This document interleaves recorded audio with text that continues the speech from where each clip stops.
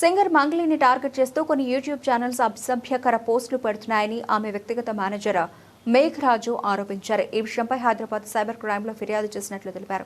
మంగ్లీపై అసత్య ప్రచారాలు చేస్తున్న వారిపై చర్యలు తీసుకోవాలని డిమాండ్ చేశారు.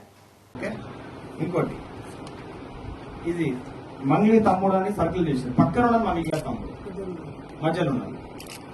మరి ఇదేంది ఇది? సరే ఇది కూడా పక్కన పెడదాం, ఇది తప్పిదాం అనుకున్నాం స్టార్టింగ్. కంపెనీ శుభక్షేత్ర ఇదేంటంటే రియల్ ఎస్టేట్ దందా పెట్టినప్పుడు ఇది సర్కిల్ చేసిన రైట్ సైడ్ లెఫ్ట్ సైడ్ లా శివనాయక్ అనుకుంటా. ఇక్కడ వీడియో బయట ఇచ్చి మెసేజ్ మీ పేరు లేదు, వాళ్ళ తమ్ముడు పేరు లేదు, చాలా క్లారిటీగా క్లియర్ గా. ఇంకెవరు చెప్పాలండి?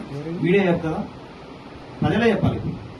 Media only Mangli scam, Mangli fraud, Mangli gang. కొంతమంది మంగ్లీ గ్యాంగ్ చెప్ప మీద చెల్లమని కొట్టాలంట.